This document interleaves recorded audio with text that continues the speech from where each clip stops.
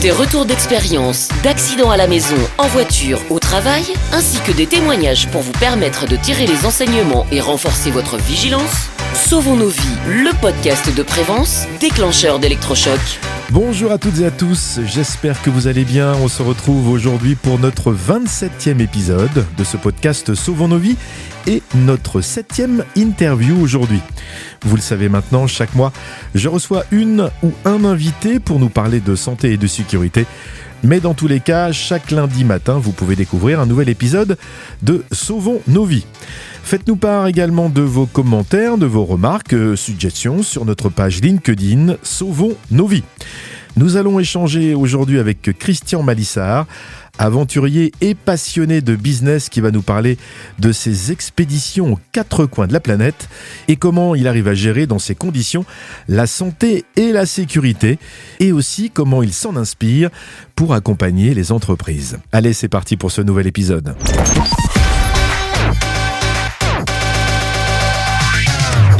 Sauvons nos vies, interview. Je reçois aujourd'hui Christian Malissard. Bonjour Christian. Bonjour Hugues. Comment vas-tu ? Ben, je vais très bien. Tu sais, c'est une matinée comme ça, d'avoir un entretien interviewé par toi pour ton podcast, c'est un moment excitant. Donc ça fait des journées que j'attends ça, un peu comme les gamins attendent le cadeau de Noël sous l'arbre de Noël. Ah, t'es gentil, c'est gentil. Merci. Alors Christian, est-ce que tu pourrais commencer par te présenter ? Qui es-tu et que fais-tu dans la vie ? Ben, je m'appelle Christian Malissard, je suis basé à Londres, je suis franco-britannique, ça fait 30 ans que je vis à Londres.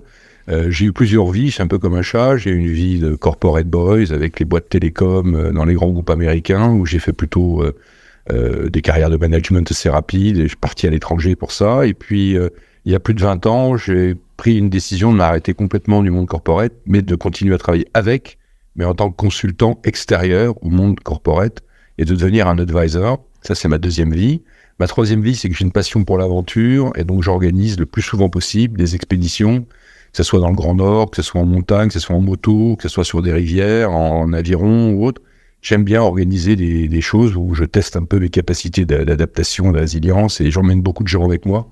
Et je tire de ces expériences-là beaucoup d'enseignements qui me sont utiles dans mon métier de consultant. Et à part ça, je suis grand-père de bientôt 5 petits-enfants et j'ai une famille qui s'est bien développée et je suis marié à ma petite femme depuis près de 38 ans, Virginie, voilà. Eh bien, oui, un métier et une vie bien remplie, comme tu dis. Alors, effectivement, on va faire un peu le lien entre ta vie d'aventurier et ta vie professionnelle, même si c'est aujourd'hui pas forcément l'objectif de parler et d'aborder davantage ta vie professionnelle, mais c'est pour faire le lien parce qu'il y a aussi un lien, c'est ça ? Entre tes aventures. Il y a forcément un lien. Ouais. Tu sais, entre ce que tu aimes faire et ce que tu es bon à faire, est-ce que tu te sens mandaté par la vie, par la puissance supérieure, un peu le modèle Ikigai que tu connais. Moi, j'ai la chance de trouver une espèce de cohérence entre ce que j'aime faire, ce que je pense être bon à faire, ce que pour les gens me payent pour faire, et ce qui me semble être ma mission divine. Donc, oui, j'ai trouvé un truc extra. Alors, dans ta vie professionnelle, tu coaches en fait. Tu coaches des managers, des organisations. Qu'est-ce que tu fais en général ? Oui, alors le mot coaching, je l'utilise pas trop parce que dans le monde anglo-saxon, on n'a pas la même définition que dans le monde français où on utilise beaucoup de mots anglais et souvent mal traduits.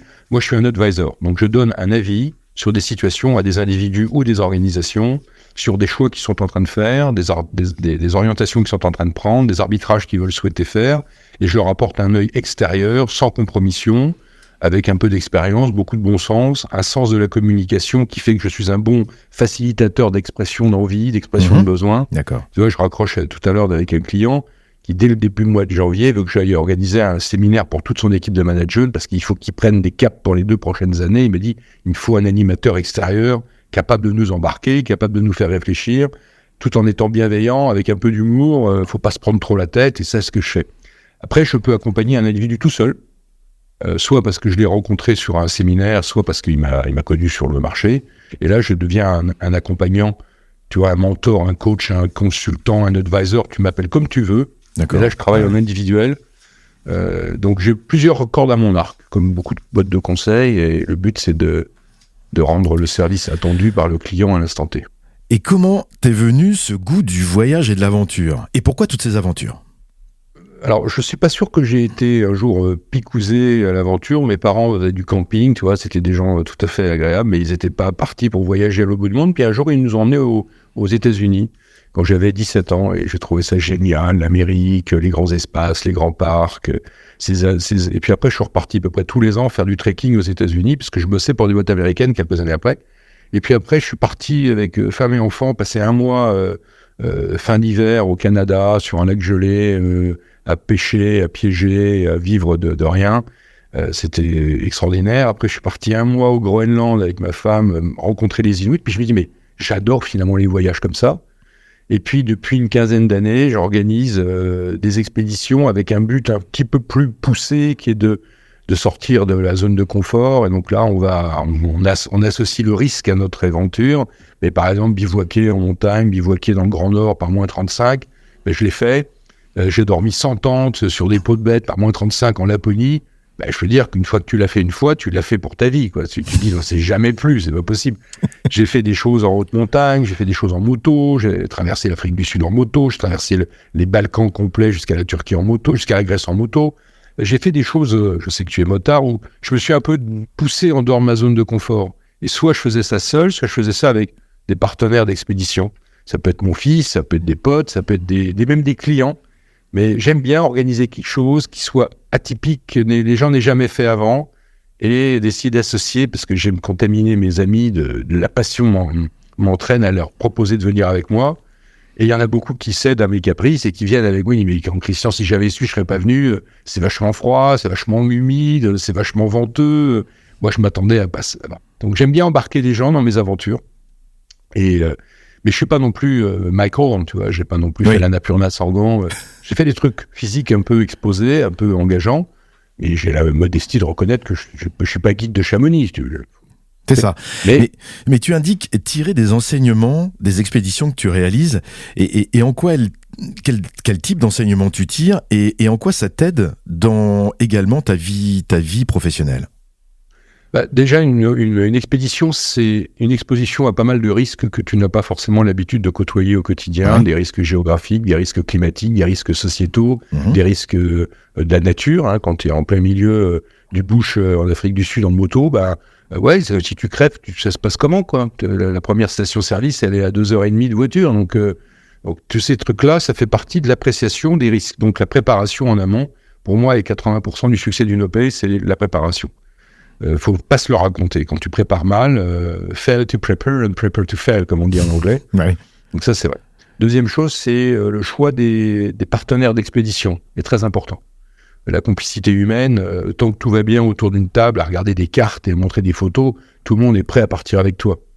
Dès que tu as un petit souci ou un problème ou une imprévision, un élément inconnu que tu n'avais pas mis dans le logiciel qui s'apparente à une décision à prendre rapide, là tu te rends compte tout de suite que les gens avec qui tu es parti n'ont pas forcément la même capacité que toi à anticiper, prendre une décision, arbitrer et agir. Troisièmement, c'est l'équipement aussi. Moi, j'aime bien être sûr de mon équipement, tu vois, que ce soit en moto. C'est pour ça que je pars souvent chargé. Ça veut dire que je pars très lourd, mais j'ai toujours l'outil, je sais, qui nous manquera si je l'ai pas, tu vois. Tu crèves en moto, il faut dévisser l'espèce de petit bibi qui est au bout de la valve. Si t'as pas la toute petite clé qui vaut 1 euro, qui te permet de dévisser le truc pour sortir la valve complètement, t'es juste coincé, quoi. Tu sais ce que t'as à faire, mais tu peux pas le faire. C'est pareil, t'as besoin d'un bout pour réparer un traîneau, toi t'es parti avec aucun outil, rien. Si t'as un bout de 20 mètres de la corde de parachute, avec ça tu peux réparer tout ce que tu veux, tu fais un brelage. Donc moi j'ai toujours le couteau, le briquet qui va bien. Alors, à me dire, je dis, ouais, t'es plein de gadgets. Ouais, mais ça a toujours servi, tu vois. Ça, c'est bien. Après, tu as effectivement le choix des guides, le choix des porteurs. Quand tu fais des expéditions montagne, il faut qu'il y ait une adéquation, il faut que tu trouves une bonne complicité. Alors, on peut pas forcément parler une langue commune, mais on baragouine. Alors, moi, j'ai la chance de parler le français et l'anglais, mais au Kenya, on est tombé sur un guide, il parlait très, très mal l'anglais. Il parlait pas un mot de français. Et c'était le guide. On avait 7 porteurs, un cuisinier, on était 3 montagnards. C'est vrai que trouver le mode de fonctionnement en non-verbal, parce que l'anglais ne servait pas à grand-chose, donc c'était essentiellement des gestes, et au bout de 4-5 jours, on était en synchronisation, tu vois. Et donc moi, pour moi, j'adore ces trucs-là, c'est la même chose que dans le monde du travail, quand tu dois communiquer, quand tu dois échanger, le non-verbal est très important, beaucoup plus important qu'on le croit. C'est vrai. Donc, c'est vrai. J'essaie toujours de faire un parallèle avec le monde du travail, la préparation, l'anticipation, le choix des associés. C'est pareil que le recrutement. sur le papier, tous les candidats sont excellents. Il n'y en a pas un qui marque en plus j'ai des défauts, je retiens rien, je m'exprime mal, je fais des fautes de logique. Jamais. Les candidats ils sont toujours champions du monde.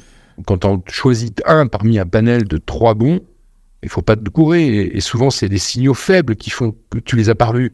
Les signaux forts, ils sont bons. Donc tu dis, bon, celui-là, il est bon. Ce Hugues, il est excellent. Ce Christian, il est excellent. Et c'est les signaux faibles qu'il faut lire. Donc, plus tu affûtes ta lecture des signaux faibles, plus tu es bon pour le faire. Et ça te sert à ça, en fait. Bien sûr. Ces aventures, c'est d'affûter justement cette sensibilité aux signaux faibles. Oui, Okay. Parce que plus j'ai fait des expéditions dans le Grand Nord avec des traîneaux et des chiens, plus je vais sentir qu'il va nous arriver une galère. La neige est pas bonne, personne l'a vu, mais les chiens fatiguent, ils s'épuisent, c'est trempé, donc ils se font des blessures au coussinet, donc pas qu'on fasse l'étape de 30 km, on va pas la faire. Faut arrêter, on va en faire 10. Faut mieux qu'on se prépare à bivouaquer ou dans 10 bornes plutôt que de s'épuiser à essayer d'atteindre le col où qu'on ne passera jamais. Et ça, c'est des signaux, alors c'est pas de l'inquiétude, c'est de la maturité, tu vois, c'est du discernement. Et je pense qu'un bon motard, tu es motard comme moi, quand tu commences à sentir la fatigue, il y en a plein qui continueraient 50 bornes. Toi, tu dis non, j'arrête, c'est maintenant qu'il faut que je m'arrête. Parce que là, je suis en train de perdre je vois plus la route, quoi, je fais plus gaffe. C'est ça. Ça fait 10 minutes, je sais même pas ce que j'ai croisé, tu vois. Et donc, tu te nourris aussi de ton retour d'expérience, de tes retours d'expérience pour consolider, on va dire, chaque nouvelle aventure. Ben oui. Mais quand tu arrives dans un endroit dans lequel tu n'as jamais déjà baigné, parce que tu vas dans le Grand Nord, tu vas en Afrique, mais quand tu arrives dans un environnement que tu ne maîtrises pas, que tu n'as jamais connu, comment tu fais ? À mon avis, il y a des recettes, hein. J'ai une espèce de process, j'ai un logiciel qui tourne, qui va me mettre en 2 mots, diagnostic rapide des gens que tu rencontres, diagnostic rapide du climat, de la météo, de l'environnement nature, diagnostic rapide du terrain, diagnostic rapide de ta condition. Est-ce que je suis prêt à faire la première étape ? Ils disent il y a 8 heures de marche la première étape, je viens de passer 10 heures dans l'avion.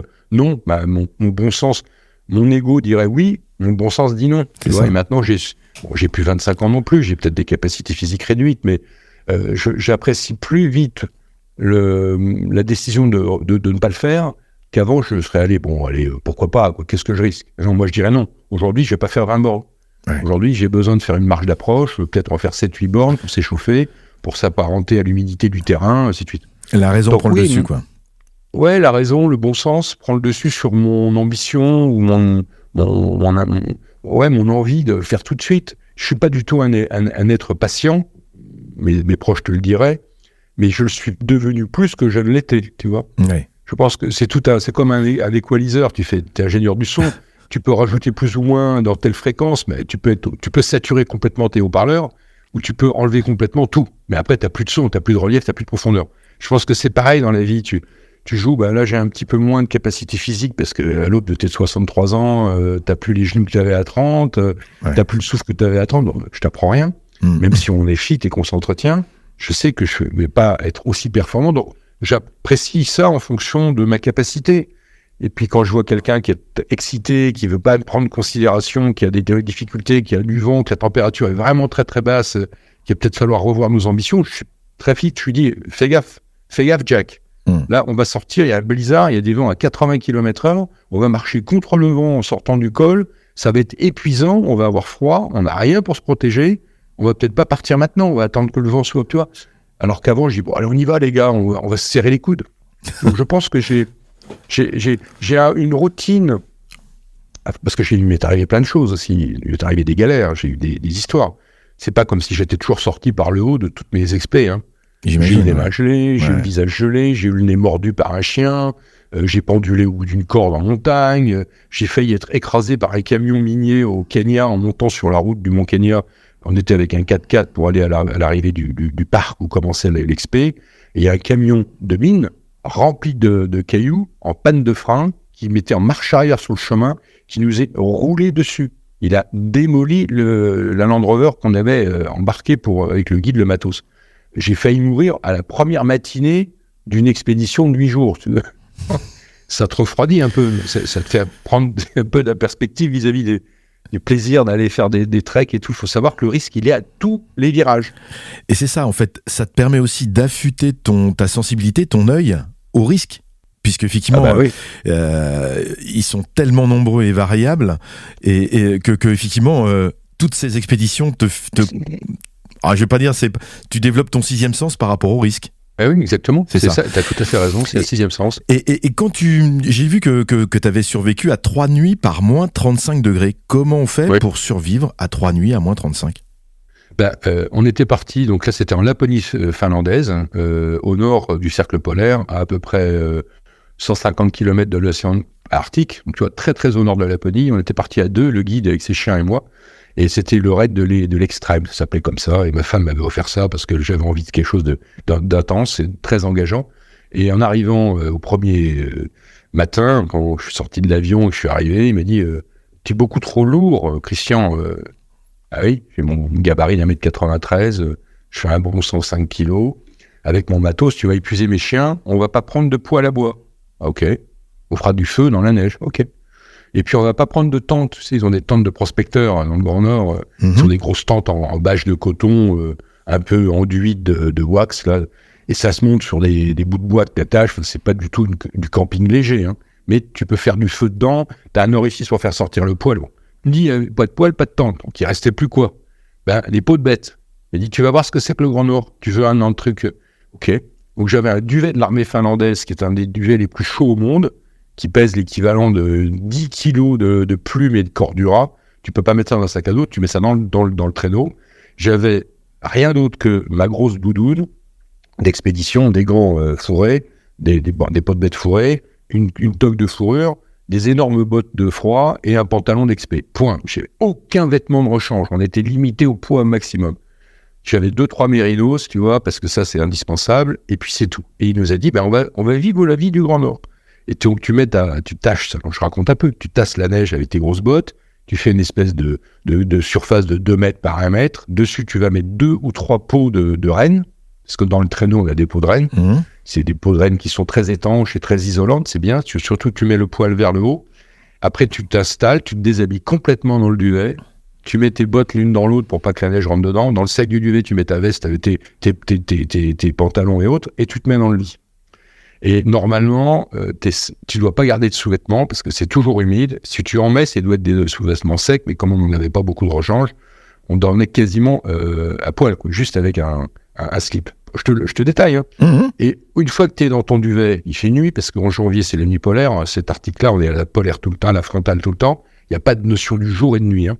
Il fait très noir, et rarement tu vois le soleil, bien sûr, mais tu vois de temps en temps de la lueur. Entre 10h du matin et 2h de l'après-midi, tu vois une lueur. Et le reste du temps, tu es à la frontale. Et tu te couches, comme avec les poules, hein, à 6h30, 7h, tu es couché. Les chiens dorment dans leur trou, et chacun avec de la neige qui se protège. Et là, au bout de 5 minutes, qu'est-ce que t'as? À ton avis, la biologie de l'homme fait que t'as envie de quoi après 5 minutes dans ton d'aller aux toilettes. Voilà. Donc et là, tu te dis, c'est pas possible. Je suis allé juste avant de me coucher, j'ai fait toute attention. Oh non. Et là, tu deviens une obsession. Tu dis, c'est pas possible. Je peux pas ne pas y aller. Mais si je dois y aller, il faut que je me réhabille. Il fait moins 35. Si tu sors nu de ton duvet à moins 35, 5 minutes, t'as même pas le temps d'aller à l'arbre. T'as des dégâts collatéraux t'as des lésions sur le pot. Donc tu te réhabilles rapidement, tu remets le pantalon, la grosse veste, les bottes. Tu t'essayes que ton duvet se remplisse pas de neige quand tu sors de ton duvet, ce qui est pas gagné. Et tu vas faire. Et là, il fait tellement froid que ça prend un certain temps, parce que voilà, la nature humaine est ce qu'elle est. C'est pas mécanique complètement. Il y a un peu de chair et de tissu. T'arrives finalement à faire ton petit job. Tu reviens, tu dois te redéshabiller. Entre-temps, t'as réveillé les chiens évidemment parce que t'as fait du bruit. Les chiens se sont mis à hurler, ils se contaminent. On avait 10 chiens chacun, donc tu fais vite le calcul. Et là, tu te remets dans ton duvet, et au lieu de te remettre, et moi je suis pas très souple, hein, je suis pas un gymnaste, au lieu de me réasseoir sur mes jambes en tailleur dans le duvet, j'y trouve que je me casse la figure en arrière dans la neige. Non. Et donc j'étais avec mon duvet trempé de neige, donc j'ai dû ressortir du duvet, secouer le duvet. Là, j'étais quasiment nu, me remettre dedans. Enfin, donc tu t'imagines ça tous les soirs. Donc, effectivement, quand je dis que j'ai vécu une semaine par moins 35, on a eu ce temps tout le temps. La 3e nuit, les chiens avaient tellement froid que le guide a dit, la nuit prochaine, on va trouver une cabane de chasseurs et on va se faire une nuit dans une cabane. Donc, on avait tous les jeunes chiens, le matériel, les harnais qui sentent la mort, et nous, dans une cabane de trappeurs, mais vraiment, elle faisait 2 mètres sur 2, tu vois, avec un poêle à bois. Et là, on a pu dormir. Mais c'était un goût du succès et du luxe qu'on s'est autorisé une nuit, et les 2 nuits derrière, de nouveau pot de bête. Donc on a passé 8 jours dans le Grand Nord. J'avais les mains gelées, j'avais le visage gelé. Vraiment, j'étais très amoché. Et les chiens étaient épuisés par le froid tellement. Parce qu'un chien, ça résiste, ça dort dehors, mais moins 35, c'est très bas quand même. Tu sais, la hache, tu casses une hache en tapant sur un... Tu coupes du bois avec une hache par moins 35, tu peux casser le métal. Ouais. Tous les matériaux résistent à une certaine température et en dessous de moins 30, moins 35, il y a très peu de métal, de fibres, de brelage, de collage qui résistent. Donc tu as beaucoup de pannes. Et dans toutes tes destinations qui sont très variées, comment les choisis-tu ? C'est quoi ? C'est le hasard de la vie ? C'est envie de changer complètement d'orientation ? Ça me rappelle la publicité pour le loto il y a 20 ans où la personne faisait tourner un globe terrestre et puis au hasard appuyait sur le globe pour savoir la destination de ses prochaines vacances. Comment tu choisis justement tes destinations ? J'ai pas peur de retourner à des endroits où j'ai déjà été. D'accord. Alors, la moto, je change de destination à chaque fois que je fais un road trip.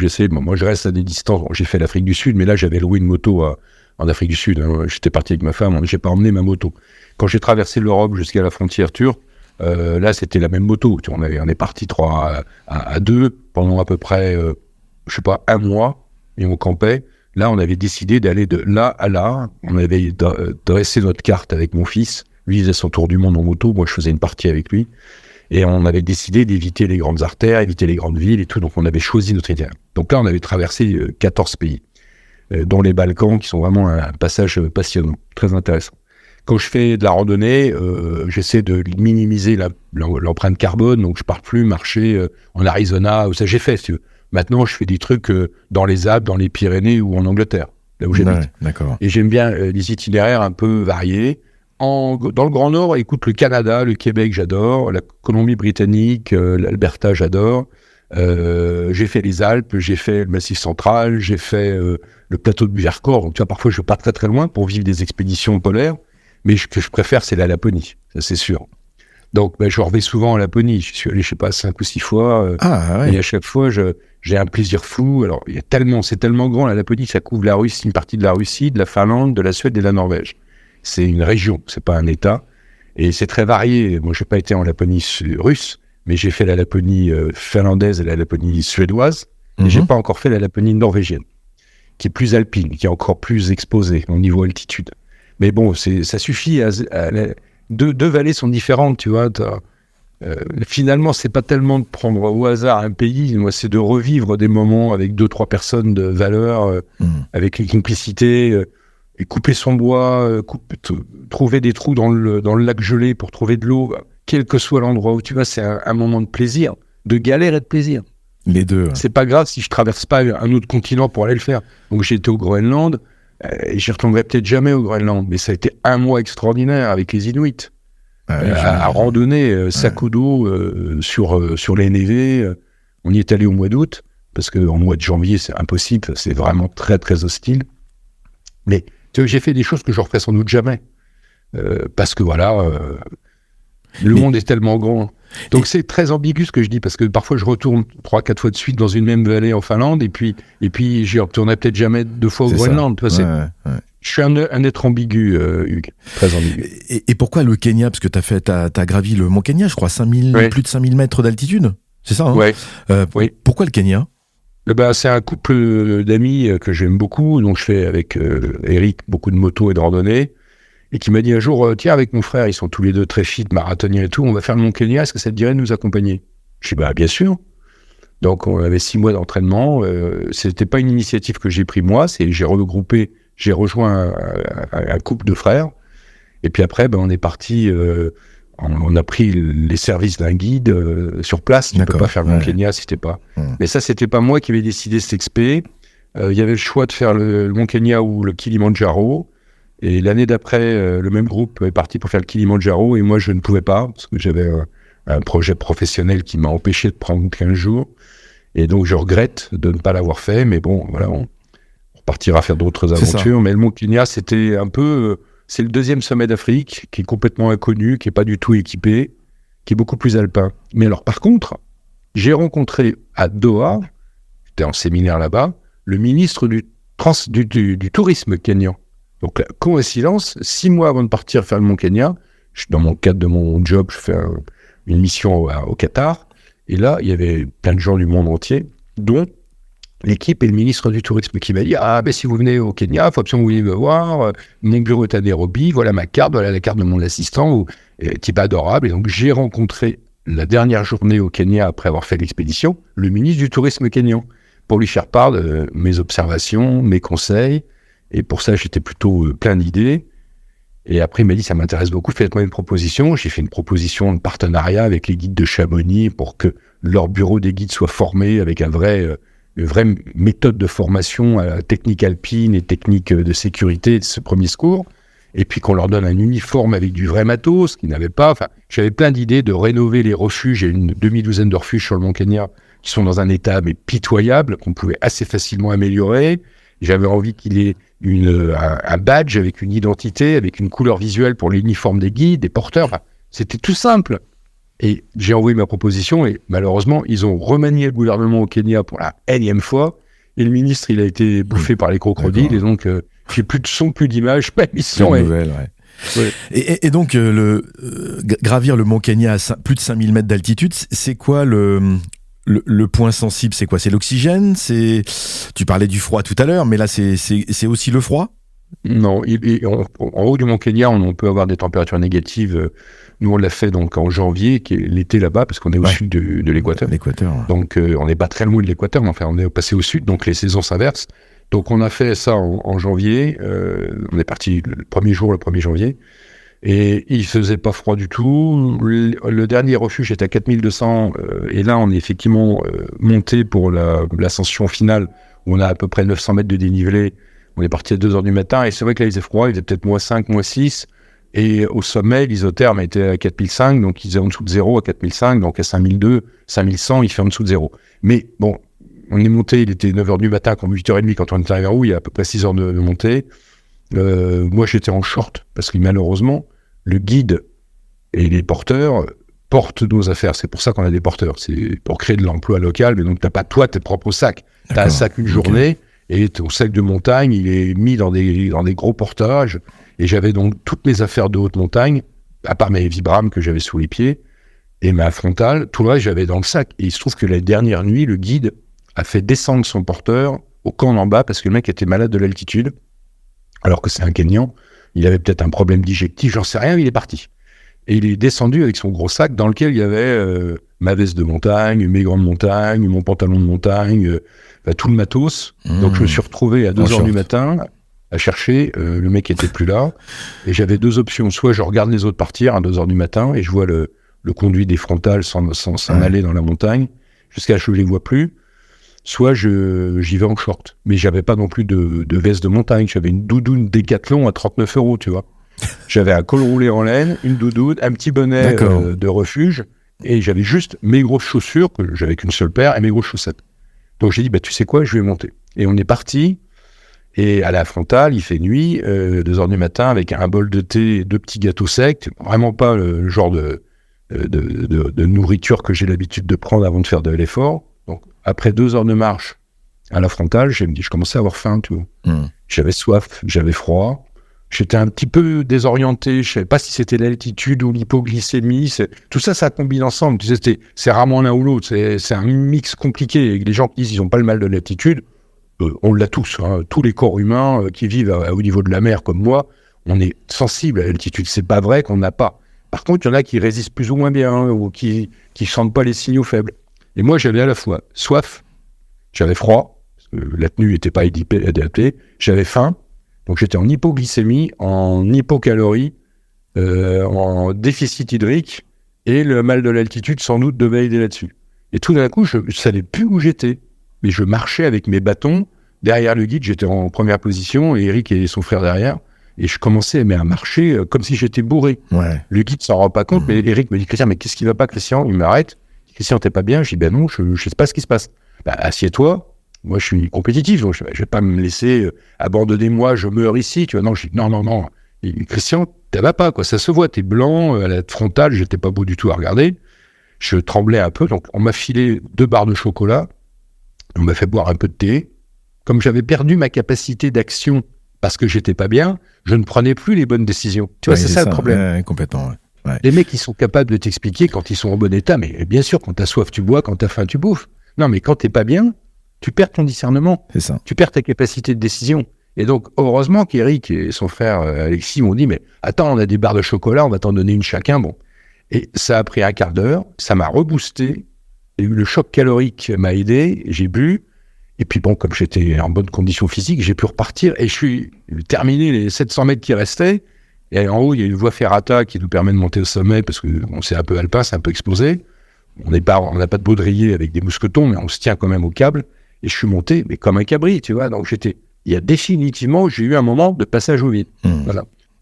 Et je pense que toute personne raisonnable doit avoir l'honnêteté de reconnaître qu'on peut être pas bien à cause de l'attitude. Voilà. D'où l'importance de ne jamais partir seul et d'être toujours accompagné pour avoir justement cette lucidité à côté qui permet de dire attends, mon collègue, ça va pas là, il faut s'arrêter. Exactement. Ouais, et de regarder, et ça tu as raison, de regarder l'autre, d'avoir cette espèce. Alors c'est un joli mot, l'empathie mutuelle. Bon, c'est pas ça. Hein.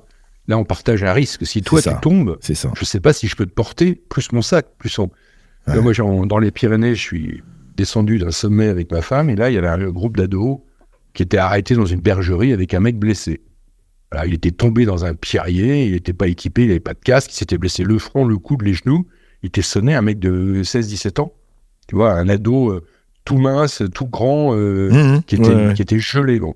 Et là, le berger de la cabane de berger me dit, mais moi, je ne sais pas quoi faire. Moi, je suis pas infirmier, je suis pas équipé, le mec il saigne, est-ce que vous pouvez m'aider? Alors moi j'avais du matos de premier secours, donc j'ai fait un pansement, je lui ai mis un bandage sur le front, et puis la journée avançait, il était 3-4 heures, j'ai dit mais on va pas vous laisser là, t'as pas de duvet, t'as rien, tu vas pas dormir dans une cabane de berger à 2500 mètres du... Donc j'ai dit mais tu sais quoi, je vais mettre ton sac à dos devant, mon sac à dos tout derrière, et tu vas te mettre sur mes épaules. Donc il devait peser, je sais pas, 65-67 kilos. Je l'ai chargé comme ça et je suis descendu de la bergerie où j'ai récupéré le gamin. C'était les enfants de la DAS qui faisaient un camp, et donc ils n'avaient pas de parents qui les attendaient en bas par la définition, mais il y avait des animateurs qui auraient dû être là, je ne sais pas ce qui s'était passé. Et quand je suis descendu, au bout de 2 heures, j'ai croisé les animateurs qui remontaient en disant mais on n'a pas de nouvelles de groupe de jeunes, on va venir les chercher. Je leur ai dit vous n'auriez jamais dû les laisser sans vous. Enfin bon. Donc j'ai descendu le gamin jusqu'à la camionnette. Il était hospitalisé et tout. Et je me suis dit, porter quelqu'un j'ai dû le porter 3 heures sur mes épaules. 60 kilos. Wow. J'avais donc son sac à dos, mon sac derrière et l'ado. Et je l'arrêtais assez souvent, je le faisais descendre, je l'asseyais, je reprenais des forces et je le rechargeais. Parce que tu peux pas le porter au bras comme ça, tu es obligé de le porter sur tes épaules, parce que sinon, tu t'épuises. Et ma femme était aussi avec son sac à dos, on faisait un GR. On est descendu très lentement, mais on a fait Et le lendemain, j'étais voir le gamin à l'hôpital de Laurent, dans la vallée d'Ascq, et il avait été opéré du coude, il avait un coude cassé, mais le reste, c'était des blessures faciles, il était un peu sonné, il s'est pas souvenu du tout de ce qui s'était passé, tu vois.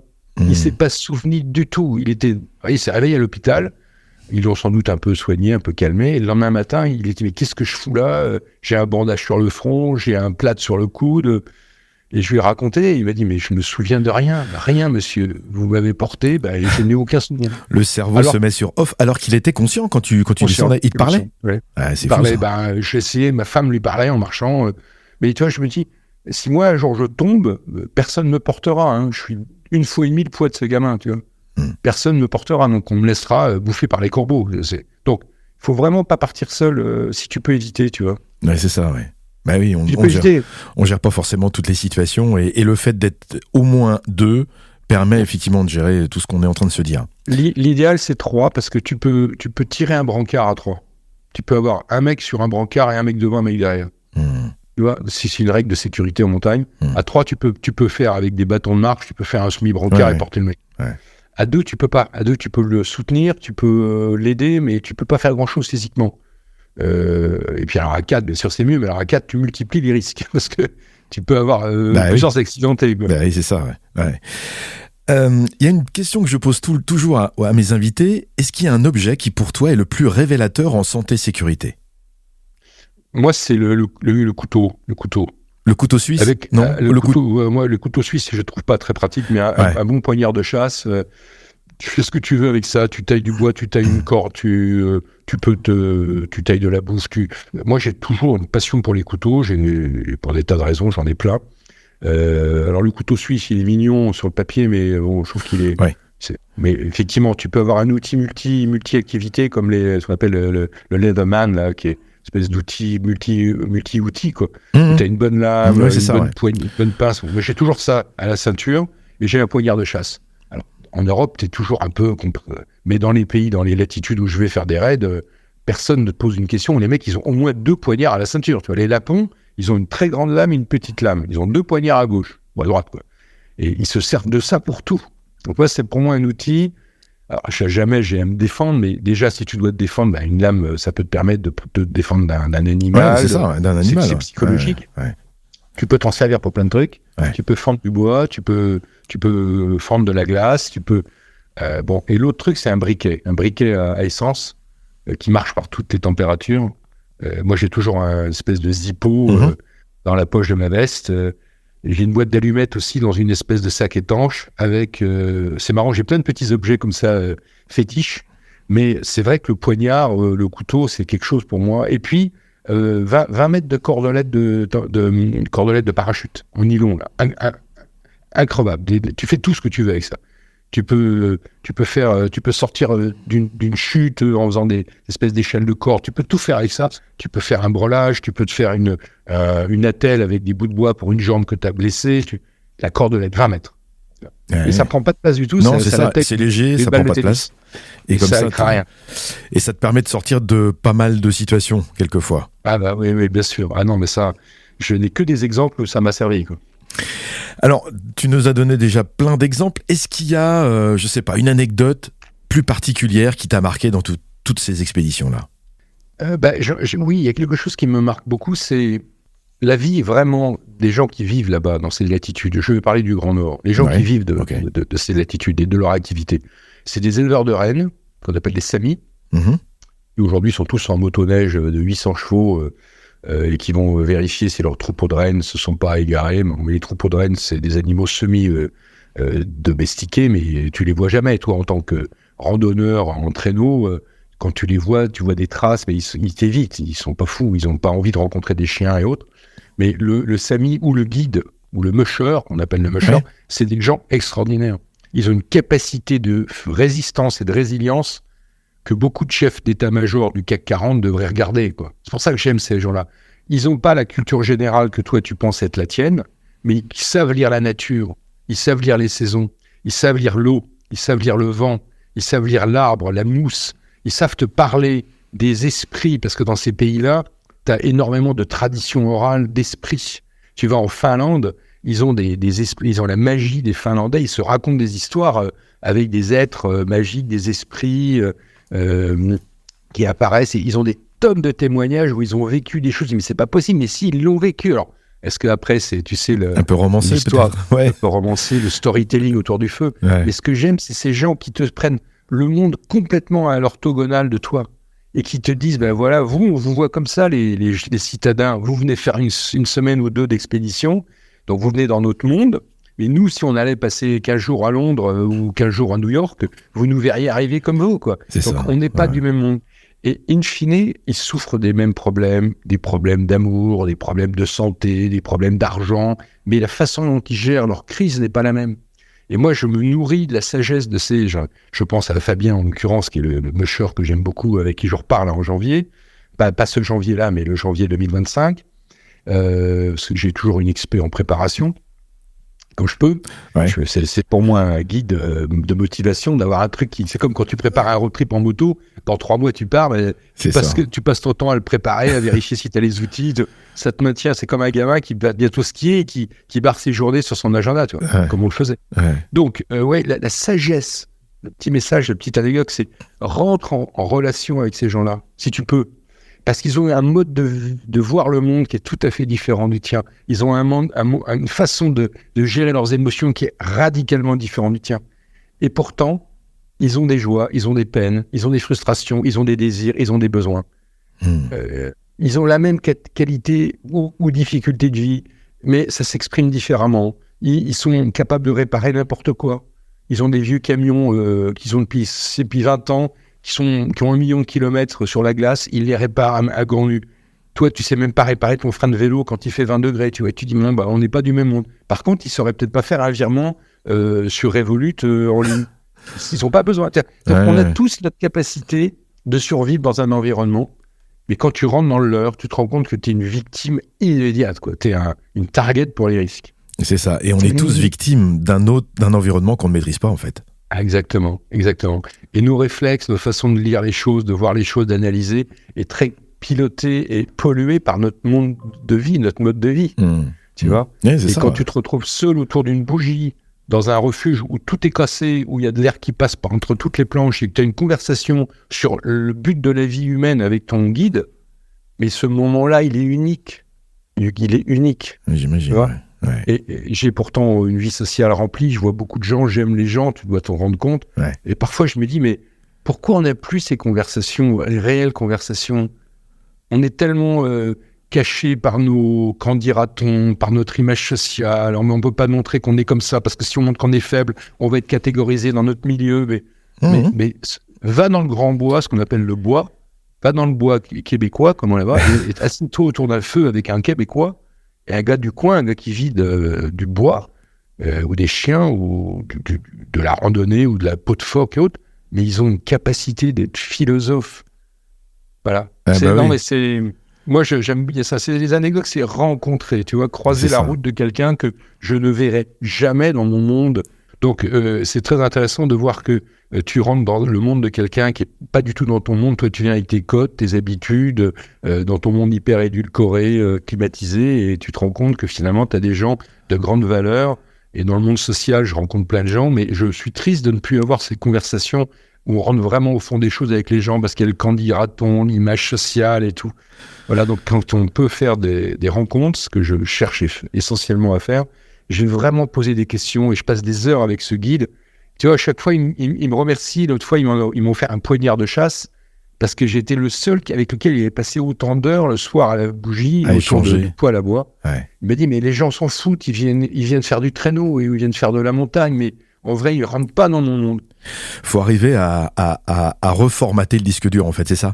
On est formaté dans notre vie aujourd'hui, plutôt civilisé et confortable, et de partir dans des milieux comme ça complètement hostiles et auxquels on n'est pas du tout habitué, fait que effectivement, il faut arriver à se nourrir de leur retour d'expérience et puis, comme tu dis, de la philosophie de vie, de l'échange, et c'est là que c'est vraiment bénéfique. Faut arriver à ça. Et tu vois, quand il a par exemple un chenil avec une centaine de chiens, il fait pas travailler ses 100 chiens en même moment. Il y a des jeunes, des vieux, des blessés, mais il en a une quarantaine qui fait travailler. Il les connaît par cœur. Ouais. Mais moi, est-ce que quand j'avais des milliers de personnes à manager, est-ce que j'avais le quart de la connaissance de mes équipes que lui, il a de ses chiens ? Non. Pourtant, la communication avec le chien est essentiellement non verbale. C'est sûr. Mais cette complicité, cette reconnaissance, cette sensibilité, il sait que ce chien-là, c'est pas le moment de l'atteler. Ou alors, si on l'attelle, on le met au deuxième niveau parce qu'il a pas le mental cette semaine-ci, il est pas bien. Ou cette chienne, c'est pas le moment pour des raisons physiologiques de l'atteler. Il connaît ça par cœur. Il voit tout de suite si le chien boite de l'intérieur. Tiens, il y a peut-être une petite blessure. T'as parfois des gens qui boitent de la vie, qui bossent pour toi, tu le vois même pas. C'est en fait, aujourd'hui, en entreprise, on va parler d'empathie. C'est le manager empathique, c'est justement ce manager-là qui va ressentir des difficultés chez quelqu'un, chez une personne de son équipe. Et c'est ça, en fait, c'est l'empathie de l'autre, que ce soit un chien ou une personne. Oui. Mais on a déformé le sens de l'empathie. Le sens de l'empathie, on a vu ça comme une bonne façon d'agir pour être bien vu par son prochain. Non. C'est une capacité de management, l'empathie. Ça fait partie des outils au service du patron. Quand tu es chef d'une équipe, tu dois être équipé de vision, de communication, de capacité de décision, de capacité de non-décision, d'empathie. C'est un outil au service de la boîte à outils. C'est devenu un mot, c'est comme la diversité, c'est comme l'ESG, on en parle, mais c'est du jargon qu'on a marketé. Mais la réalité derrière tous ces mots est très différente. Tu vois, aujourd'hui, tu as des boîtes du CAC 40 qui te font des magnifiques rapports d'activité en papier glacé, certifiés ESG compliant. Mais ils ne feraient pas en papier glacé, ils ne feraient pas en papier tout court, ils seraient encore plus ESG compliant. Ils auraient encore plus respecté l'environnement. Ils t'expliquent qu'ils ont des droits à polluer et leurs tours à la Défense sont allumés tout le week-end. Ils seraient capables de continuer à avoir des droits à polluer, mais d'éteindre leur tour à la Défense. Il y a des moments où ces jargons-là sont devenus marketing. C'est ça. Et on ne sait plus le sens de derrière. Et c'est vrai que dans ces attitudes-là, tu n'as pas de marketing. Les gens sont vraiment eux-mêmes. Ils sont nature, ils sont vrais. Ils peuvent pas trop se cacher derrière grand-chose. Non, c'est clair.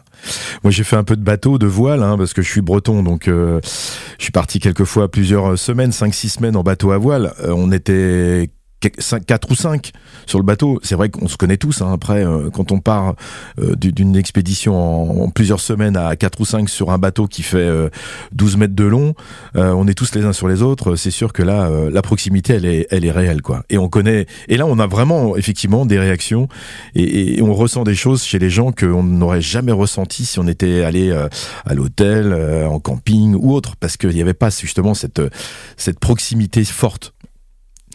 Tu as dû vivre ça plusieurs fois sur un petit bateau dans le carré, si tu as une cabine.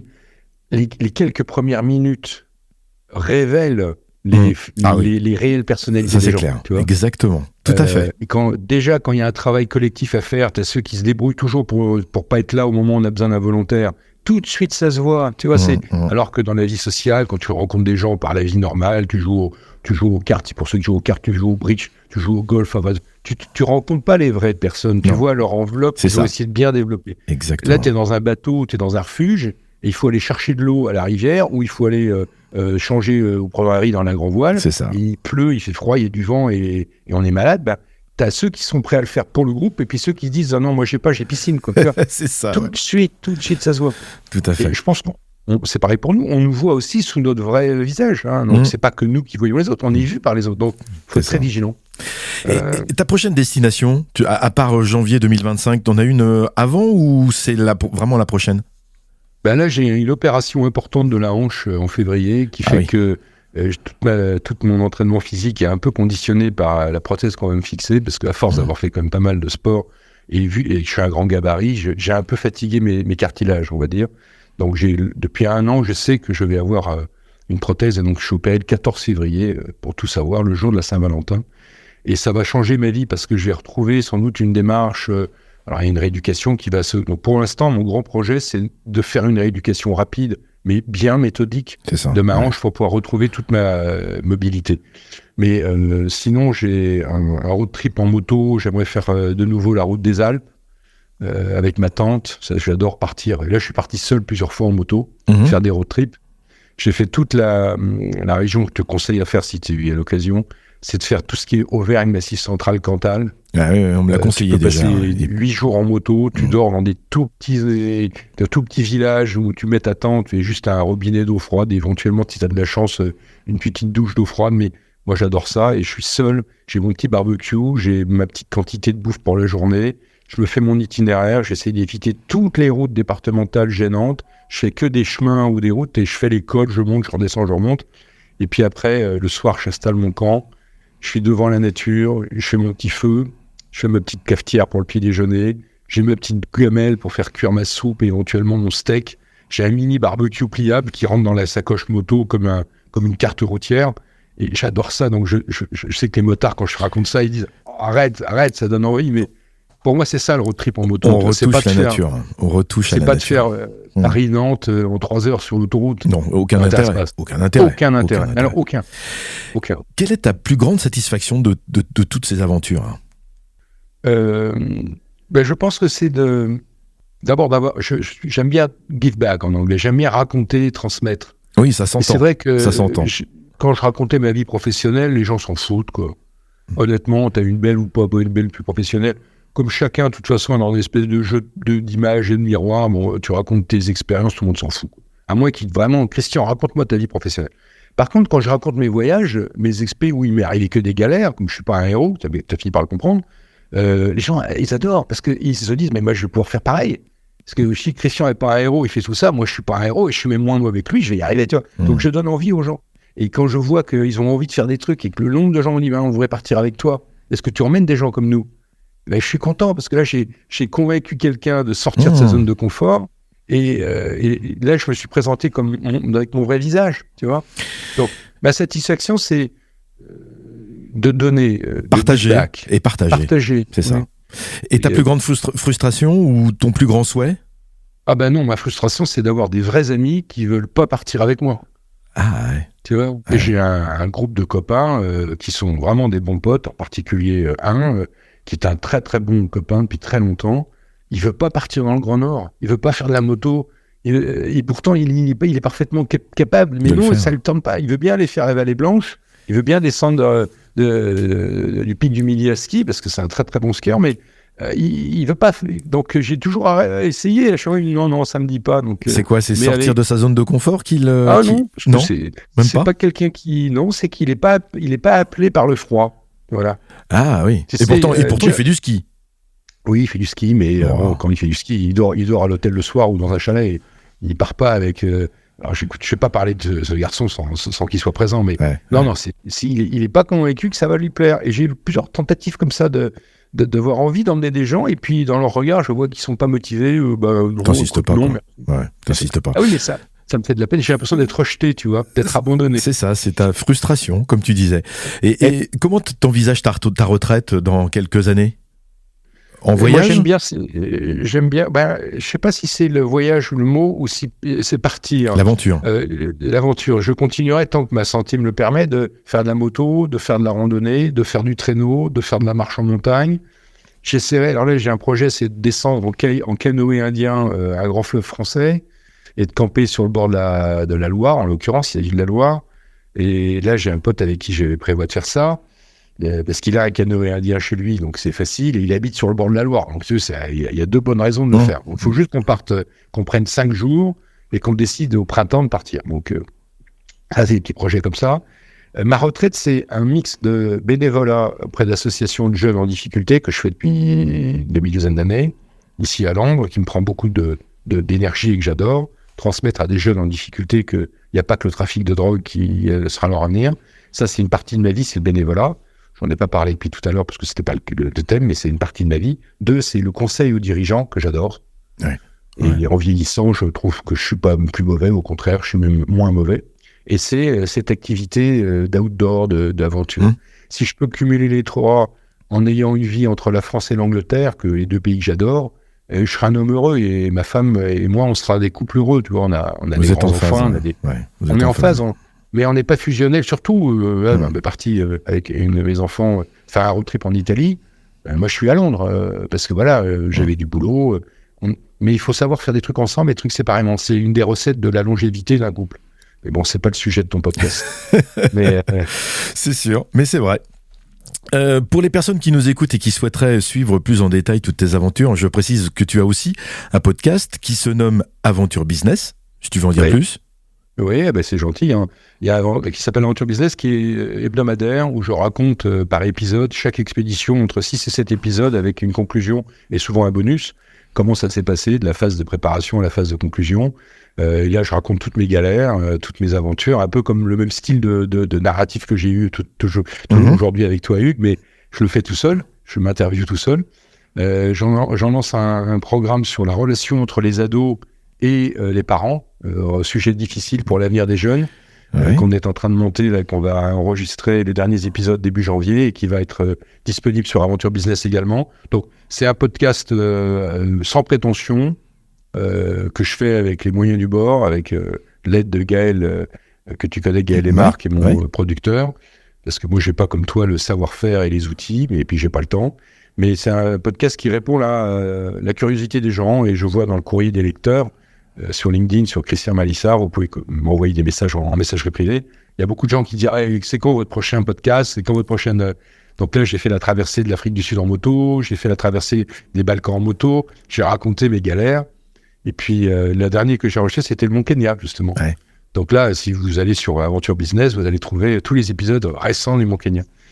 Mais oui, j'ai une quarantaine d'épisodes déjà. Et puis, j'ai Smart Conversation sur des situations de management qui a été très actif cette année, puisqu'on a fait une 30aine d'épisodes avec ma copine Élodie en binôme. Voilà. Donc oui, merci. Mais de rien, c'est normal. De m'avoir permis. Eh bien écoute Christian, l'échange pour moi il a été passionnant. On arrive au terme justement de cette interview. Merci beaucoup. Je te souhaite plein de bonnes choses pour la suite, plein de multitude de nouvelles aventures, de futures aventures. Écoute, et hâte peut-être de rééchanger avec toi sur tous tes retours d'expérience très riches. Merci. Et puis surtout, si tu as l'occasion un jour d'avoir une opportunité de nous faire intervenir tous les deux devant un panel, de jeunes, de moins jeunes, de professionnels, moi je serais ravi parce que je sais que ce que tu fais autour de la sécurité est très apprécié et manifestement tu rayonnes de cette approche et c'est gentil. Merci. Merci. Voilà. Écoute, avis partagé également. Bonne journée à toi Christian. Merci. Allez, à bientôt. Au revoir. Nous arrivons au terme de cette interview, j'espère qu'elle vous aura intéressé. Si vous voulez ne rien rater de ce podcast, n'oubliez pas de vous abonner en cliquant sur le bouton de vos applications. Laissez-moi également un commentaire et une note de 5 étoiles sur votre application de podcast, c'est toujours super sympa. Enfin, si vous avez des questions, des remarques, n'hésitez pas à m'écrire sur notre page LinkedIn Sauvons nos vies. La semaine prochaine, je vous parlerai de l'œil sécurité et en quoi il est essentiel dans notre vie de tous les jours.